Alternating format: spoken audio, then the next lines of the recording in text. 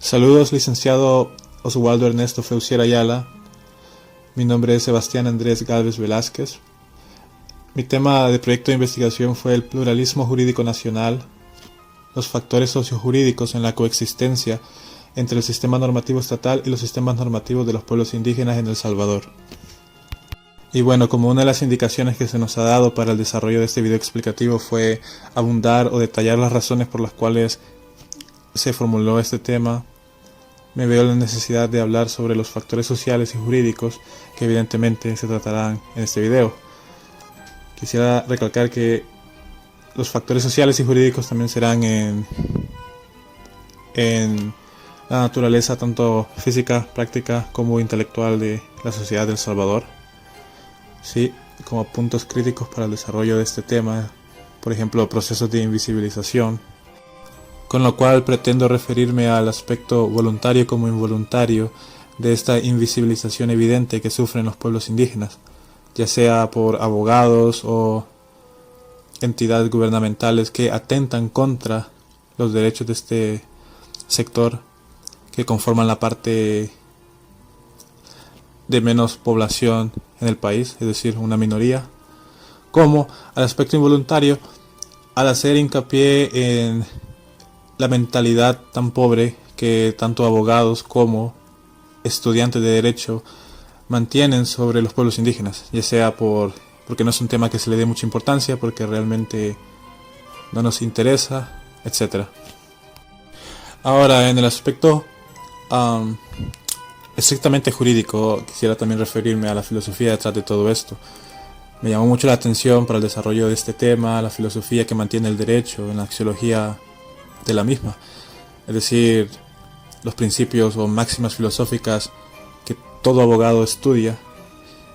y cómo el desarrollo de cada ley, de cada precepto, gira alrededor de estas, se violenta, aún conociendo su origen, su importancia para el derecho, y la falta de empatía o de interés de realmente buscar soluciones para llevar a cabo un trabajo mucho más inclusivo y un derecho nacional mucho más completo, evidentemente en el aspecto jurídico de los pueblos indígenas. Ahora, otro de los puntos críticos más importantes de esta investigación, y como también forma parte del tema, es la coexistencia entre el sistema normativo estatal y los sistemas normativos de los pueblos indígenas, es decir, un sistema vigente, un sistema escrito, obviamente jurídico, ante un sistema jurídico consuetudinario de los pueblos indígenas, cómo coexisten, cuáles son sus limitaciones, cuándo se violenta, etc. Es decir, entender realmente el aspecto del pluralismo jurídico nacional, lo que involucra, y esto a su vez considero que es una parte fundamental para todo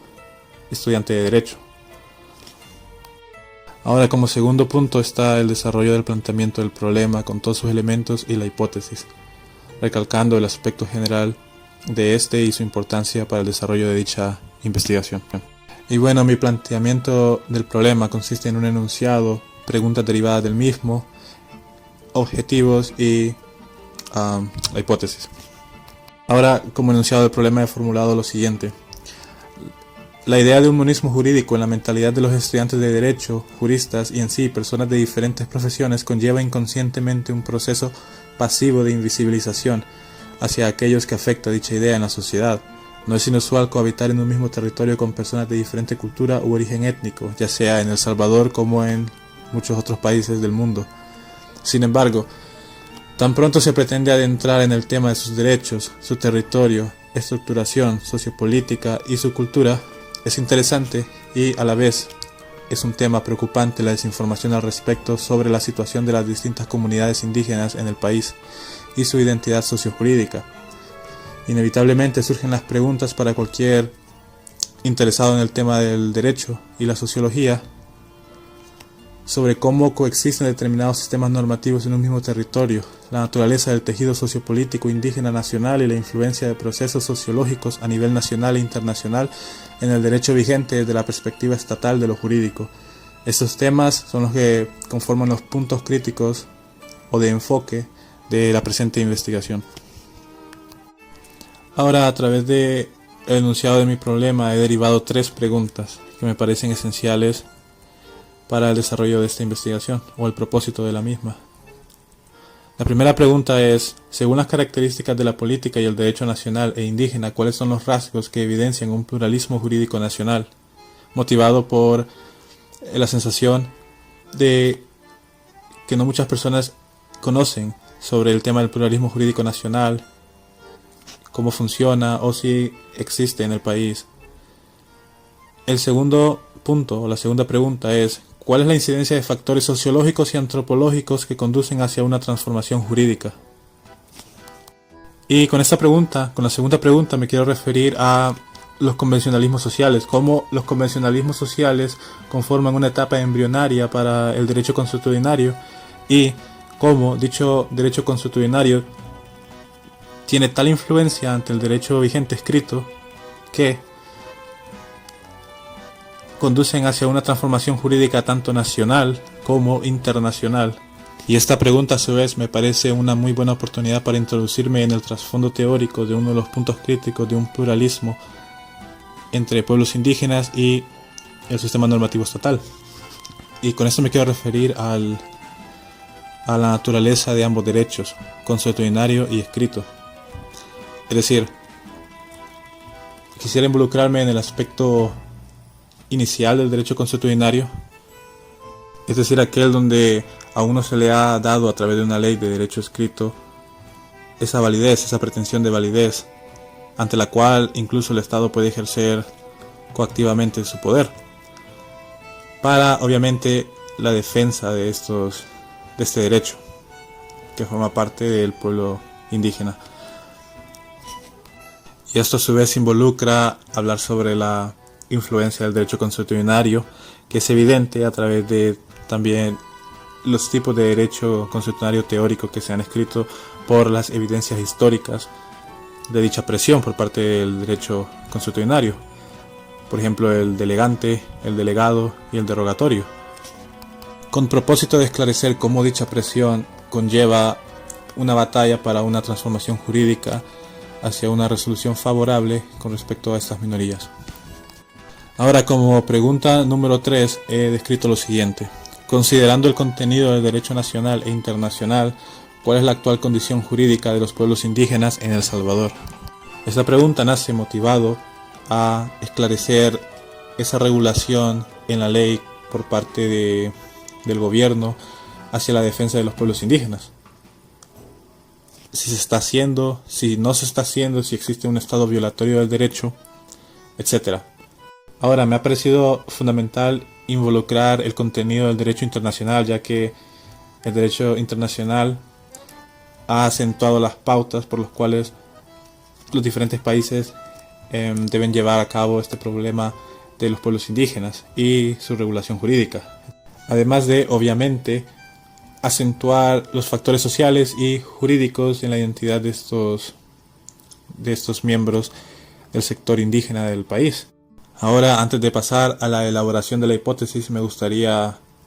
destacar los objetivos. El objetivo general fue comprender la existencia y origen social de un pluralismo jurídico en El Salvador, relacionado específicamente hacia los sistemas normativos indígenas y el perteneciente al Estado, evaluando las características condicionantes para su coexistencia por medio de un análisis teórico, para su faceta jurídica y otro fundamentalmente empírico-filosófico sobre el reconocimiento de la identidad sociojurídica de las comunidades indígenas y sus miembros. Es decir, con este objetivo general pretendo esclarecer las diferentes preguntas que se formularon anteriormente a través de diferentes análisis teóricos, otro análisis empírico-filosófico, es decir, a través de la evidencia que es evidente en el país y lo que dice la filosofía de cómo tendría que en realidad ser el derecho con respecto a las minorías, etc. Los objetivos específicos fueron evaluar la influencia y evolución histórica del derecho consuetudinario en el derecho vigente, analizar los derechos de los pueblos indígenas en El Salvador, analizar la estructura sociopolítica de los pueblos indígenas y su relación con el exterior de su territorio. Este último punto me parece fundamental para el cumplimiento del objetivo general, ya que a través de este es que entendemos la estructura sociopolítica de los pueblos indígenas, su derecho, etcétera, y la relación con el exterior de su territorio. Me parece interesante porque nos permite entender esta dicotomía que existe ante la jurisdicción de los pueblos indígenas como el exterior ante la jurisdicción del Estado. Ahora, la hipótesis que yo he desarrollado fue la siguiente. Los sistemas normativos indígenas y el estado jurídico de sus integrantes se ven protegidos por la fuerza de la tradición jurídica, la cual ejerce tal influencia que se impone al derecho vigente nacional e internacional existente, aun cuando éste no le designe tal grado de validez o siquiera reconocimiento especialmente en el derecho escrito, y así posibilitar su coexistencia en un mismo territorio a la vez, pero en distintos grados de importancia entre normativa indígena y la del Estado como auténtico soberano. Ahora bien, ¿a qué me refiero con esto? Me refiero a que se impone al derecho internacional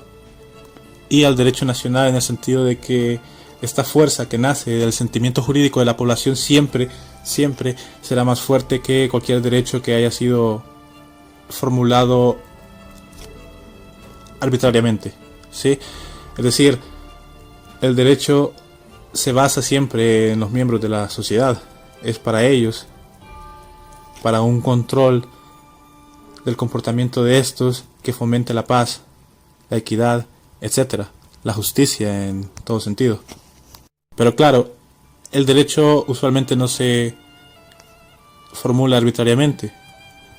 pero ante la escasez de leyes con respecto a los pueblos indígenas o su cumplimiento o positividad, nos vemos forzados ante tal influencia a aceptar algunas tradiciones, etcétera, que se van introduciendo a partir de la sociedad sin ningún principio del derecho vigente, escrito, objetivo, es decir, del elemento formal de este, sino que este es motivado por su sentido material, por su contenido material. Y claro, dicha hipótesis se cumple, y se cumple en la actualidad, a través de la historia se ha cumplido, etcétera, pero en distintos grados de importancia, porque el Estado soberano es el más importante en la formulación de leyes. El derecho consuetunario nace a través de un sentido material, pero cuando mezclamos esto con el poder coactivo del derecho, nos vemos en una diferencia, hay una desproporcionalidad en cuanto a las leyes derivadas del derecho consuetunario con las del derecho de las instituciones o del Estado en sí. Y bueno, en resumen, es que existe diferente importancia otorgada entre estas dos entidades.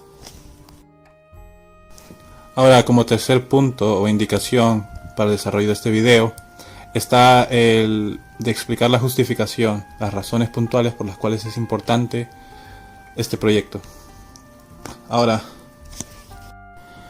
es importante porque el reconocimiento del ser debe ser indiscutiblemente una garantía jurídica y social. Después de todo, la identidad es un principio ontológico racional del ser,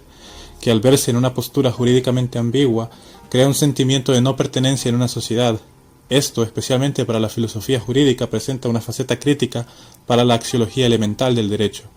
Si por la definición de Eduardo García Maínez se entiende que el Estado es la organización jurídica de una sociedad bajo un poder de dominación que se ejerce en determinado territorio, existen entonces tres factores cuya reciprocidad existencial es necesaria. Estos son: 1. La población, puesto que es el ser mediante el cual se ejerce el poder de dominación regido por un derecho estatal. 2. El territorio, definida como una porción de espacio donde el poder del Estado puede ejercitar sus actividades. Y 3. El poder, definida como la voluntad que dirige a toda sociedad organizada. Tomando en cuenta lo anteriormente dicho, el Estado es consecuencia sociológica de la necesidad histórica que muestran las sociedades amplias de poder organizar tanto a sus miembros como a sus recursos. Si estudiamos las bases fundamentales de la filosofía del derecho, entonces nos encontraremos inevitablemente con ideales o máximas filosóficas que rigen todo estudio jurídico de tipo axiológico. Entre estas están equidad y justicia. Pero como explicó Aristóteles de esta gira, mejor que nadie, la equidad y lo justo son una misma cosa, y siendo bueno ambos, la única diferencia que hay en ellas es que lo equitativo es mejor aún. Siguiendo este pensamiento aristotélico, independientemente si se acepta un dualismo normativo e ideológico formado entre las corrientes ius positivistas e ius naturalistas, los fundamentos filosóficos en la elaboración de un derecho intrínsecamente valioso debe ser guiado por un paradigma equitativo, ya que, como mencionó Aristóteles, Lo equitativo no siempre es lo justo legal, sino que una dichosa rectificación de la justicia rigurosamente legal. En este sentido, la normativa legal debería otorgar a cada individuo, por diferente que sea, lo que éste se merece o se haya ganado. Si la función existencial del Estado, junto al derecho, es la organización y armonía colectiva entre los miembros que la componen, entonces se debería mantener en plano de igualdad jurídica a las minorías con respecto a las mayorías, pues es este el fin de la equidad. Los temas de interés que otorgan importancia a esta investigación son el estudio teórico e histórico acerca de la influencia de un derecho consuetudinario, en este caso indígena, sobre el derecho vigente estatal y su posible integración al mismo como consecuencia post facto. Ahora bien, orientado más a cuestiones nacionales, analizar las ideologías políticas que en cierta manera modelan la perspectiva o vista pública y privada sobre los pueblos indígenas como ciudadanos salvadoreños y a su vez la importancia de conocer las áreas donde el pueblo salvadoreño le está fallando a la comunidad indígena, manifiestan un deseo de presentar un estudio novedoso y valioso para el lector sobre una faceta casi inexplorada de una realidad nacional con respecto a aquellos considerados invisibles. Como cuarta indicación está el de resumir o sintetizar el marco teórico o el estado de la cuestión, señalando las investigaciones en materia, qué es lo que dicen y cómo las mismas han guiado tu trabajo y enfoque. Bueno, mi marco teórico se desarrolla de la siguiente manera. Índice, nombrando antecedentes del problema, tanto tesis como artículos nacionales e internacionales. La base teórica del problema en función de las variables jurídica y sociológica. Y al final, un marco conceptual sobre la terminología más importante en esta investigación. Ahora, con respecto al apartado de antecedentes, debo referirme a la escasa elaboración de tesis o artículos que directamente toquen el problema del pluralismo jurídico nacional en sus factores sociojurídicos. Así que me he visto forzado en la necesidad de abarcar tesis o artículos que toquen indirectamente el estado de la cuestión que aquí se trata. La primera tesis va orientada a un análisis explicativo acerca de las raíces primitivas sobre las luchas de clases sociales desde el punto de vista sociológico y antropológico de el doctor Carlos Lara Martínez en su artículo de discusión, llamado Conflicto por la identidad, nuevas y viejas identidades entre las indígenas cacaoperas de El Salvador, hecho en 2013. Aquí elabora un análisis sociológico interesante sobre el concepto de la construcción de identidad étnica que en un lugar dado se manifiesta y que en lugar de generar procesos armónicos y homogéneos como generalmente se cree, genera procesos conflictivos y divisores entre seres culturalmente identificados como pertenecientes a una sociedad debido a los nuevos fenómenos representativos que contradicen a los patrones oficiales de identidad cultural. Todo esto debido a una relación de fuerzas que constituyen grupos de poder en la construcción social y política hacia el interior de un grupo. Esto me parece interesante, dado que en un pluralismo jurídico nacional, en el sector de abogacía o en la vida cotidiana de cualquier persona, cualquier profesional, se niegan dichas raíces y por lo tanto no se permite el avance jurídico hacia la defensa de los derechos de esas personas. Es decir, todos somos indígenas, pero la mayoría de nosotros, por una diferencia entre, como el artículo del doctor Lara Martínez dice, lucha de clases sociales, negamos dichas raíces, porque existen diferentes procesos que han conformado mayorías y han dejado a las minorías en procesos de invisibilización, de ignorancia, en procesos de negligencia. Ahora, de naturaleza jurídica más directa al tema aquí explorado, el aporte de Araceli del Carmen Ramírez en su tesis de la Universidad Nacional de El Salvador, llamado Los instrumentos internacionales de derechos humanos y la eficacia del derecho salvadoreño en la protección de los derechos indígenas 2008. Aunque su trabajo no se centra directamente en la coexistencia normativa derivada de un pluralismo jurídico en El Salvador, entre Estado e indígena, su trabajo toca temas sociales fundamentales, temas jurídicos e históricos, para conocer a profundidad la faceta sociojurídica de esta investigación y el estado actual de los pueblos indígenas. En la cuestión internacional se encuentra Jonas Perring, se encuentra también Paula Barrantes Reynolds, se encuentra Tom Stevenson, los cuales tocan diversos temas, entre los cuales está el pluralismo legal como un método de interpretación, un acercamiento metodológico a la colonización de las tierras y derechos de las personas indígenas en el derecho internacional. También he tomado a Bolivia como uno de los referentes más importantes en América Latina sobre el tema de los pueblos indígenas, tocando la autonomía de los indígenas y diferencias entre el multiculturalismo y el plurinacionalismo de un Estado. Todo desde la óptica constitucional de un Estado plurinacional de Bolivia. Uno de los autores más importantes en el apartado de antecedentes internacionales es Tom Svensson, quien toca el tema del derecho tradicional y derechos indígenas en su tesis Derechos indígenas y el discurso del derecho consuetudinario. Estudia y analiza los procesos socioestructurales dirigidos a la mejora de los pueblos indígenas a causa de procesos arraigados indudablemente en el pluralismo jurídico visto en este caso en países como Noruega o Canadá, la tradición jurídica como fuerza modeladora de la política de un país, medios por los cuales llegar a un mejor sistema inclusivo con respecto a los indígenas, cambios en su derecho por razón de la pluralidad normativa que existe entre sus miembros. Estos son algunos de los temas alrededor de los cuales gira el estudio de Tom. Cada uno de estos antecedentes, tanto nacionales como internacionales, ha sido de suma importancia para el desarrollo y profundización teórica del Estado indígena del Salvador, y no solo del Salvador, sino que de otros países también. Es decir, extrayendo o intentando al menos extraer las generalidades que existen en un proceso de pluralidad jurídica que se lleva a cabo en un territorio dado. Ahora, basándonos en base teórica del problema, es decir, guiándonos ya en la conceptualización de los diferentes métodos, diferentes enseñanzas dadas por entidades eminentes en el campo de la sociología y del derecho, se encuentran la Declaración de las Naciones Unidas sobre los Derechos de los Pueblos Indígenas, aprobado el 13 de 9 de 2007, el cual es el documento más amplio existente en la política internacional y el derecho. Este hecho jurídico encuentra su origen inevitablemente en un factor tanto sociológico como antropológico, denominado tradición. Por ende, el estudio de la fuerza de su influencia en el derecho y la política nacional e internacional a partir de colectividades que desde sus orígenes han generacionalmente adiestrado, adoctrinado, educado a sus miembros conforme las creencias existentes en su cultura y sociedad, conforman un fenómeno de estudio valioso en el ámbito de la sociología jurídica, acerca de cómo la sociedad y la ley se implican recíprocamente. Entre los autores más influyentes en materia de vinculación entre costumbre jurídica y Estado se encuentra el jurista austriaco George Jelinek con su doctrina de la fuerza normativa de los hechos, en su estudio de 1900.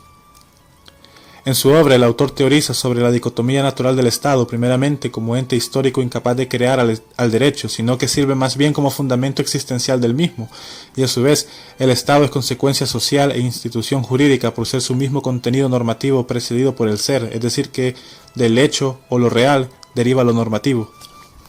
Y esto es muy interesante, una postura en la cual el derecho no se crea a sí mismo, sino que a través de las acciones o la fuerza normativa de los hechos, como lo dice George, nace el derecho como tal, y el Estado vendría a ser solamente un medio a través del cual se ejerce tal formalismo. Ahora, en contraposición también se encuentra Hans Kelsen, el cual desde su formalismo positivista analiza el tema del derecho nacido consuetudinariamente partiendo del principio de estatalidad de la norma.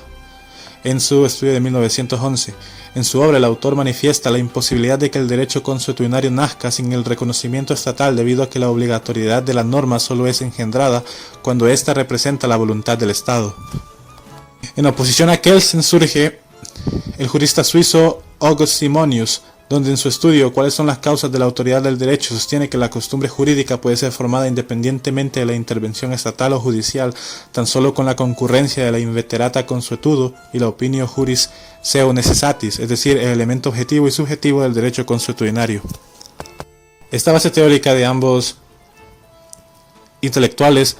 ayuda a mantener un debate o también a crear y desarrollar una teoría, un cuerpo teórico de esta investigación sobre el derecho consuetudinario, manifestando el pensamiento de dos grandes autores, George Jelinek y Hans Kelsen,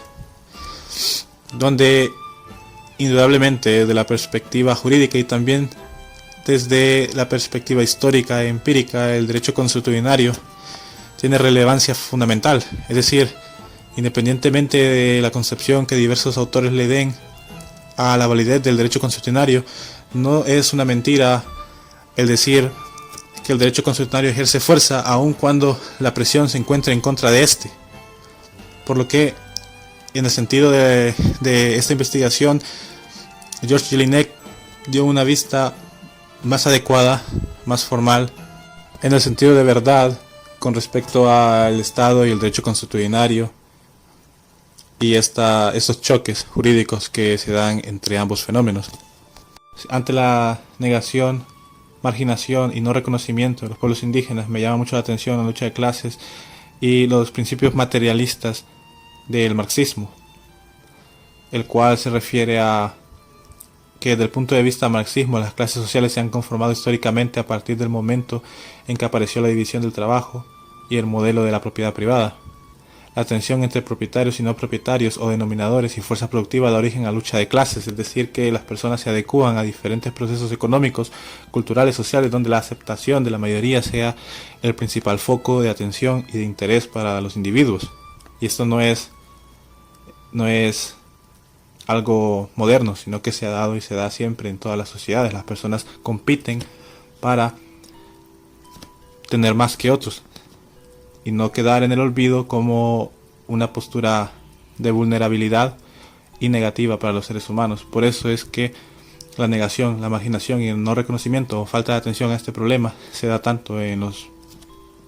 sectores de pueblos indígenas en El Salvador y en el sector jurídico también. Pero claro, esta investigación no puede tener un modelado teórico sin antes realmente tener una base jurídica legítima. Por ejemplo, debemos destacar la Procuraduría de los Derechos Humanos, informe situacional sobre los derechos de los pueblos indígenas en El Salvador de 2012, que se elaboró por la Secretaría de Cultura de la Presidencia de El Salvador y el equipo multisectorial de los pueblos indígenas, Política Pública para los Pueblos Indígenas de El Salvador en 2015, donde tanto instituciones estatales como organizaciones indígenas desarrollan estudios estratégicos, cualitativos, cuantitativos, etc., sobre la política, economía y el derecho en manera de situar una convivencia de ambas entidades en un mismo territorio, limitando legalmente la incidencia de uno y otro desde la voluntad estatal. Con esto se define un pluralismo jurídico nacional y además de definirlo, de aceptarlo, existe una regulación, un trabajo y una actualización sobre el estado de los diversos pueblos indígenas en el país y lo que se está haciendo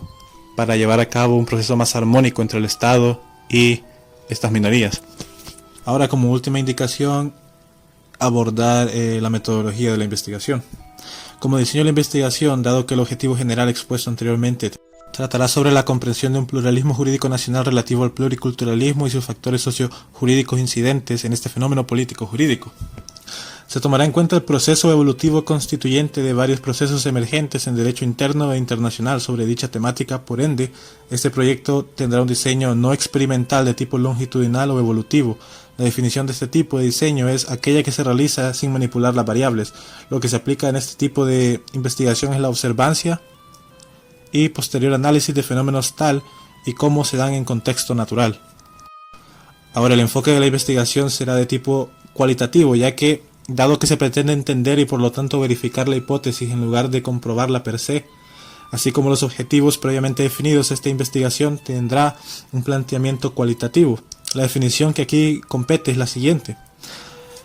Un enfoque cualitativo es una investigación que privilegia el análisis profundo y reflexivo de subjetividades compuestas por una multiplicidad de contextos.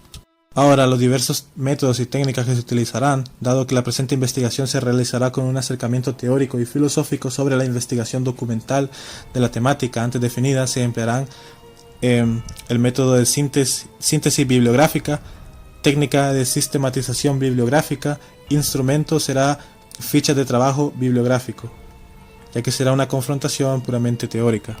Ahora, debido a esto, el universo que se ha planteado ha sido el de los pueblos indígenas de El Salvador, los cuales son 7, los Ulúa, los Lenca, los Cacaopera, los Chortis, los Nonualco, el Nahua Pipil y los Pocomanes. Ahora, en el cronograma, en la semana 1 se realizó la portada, tema, enunciado y objetivos.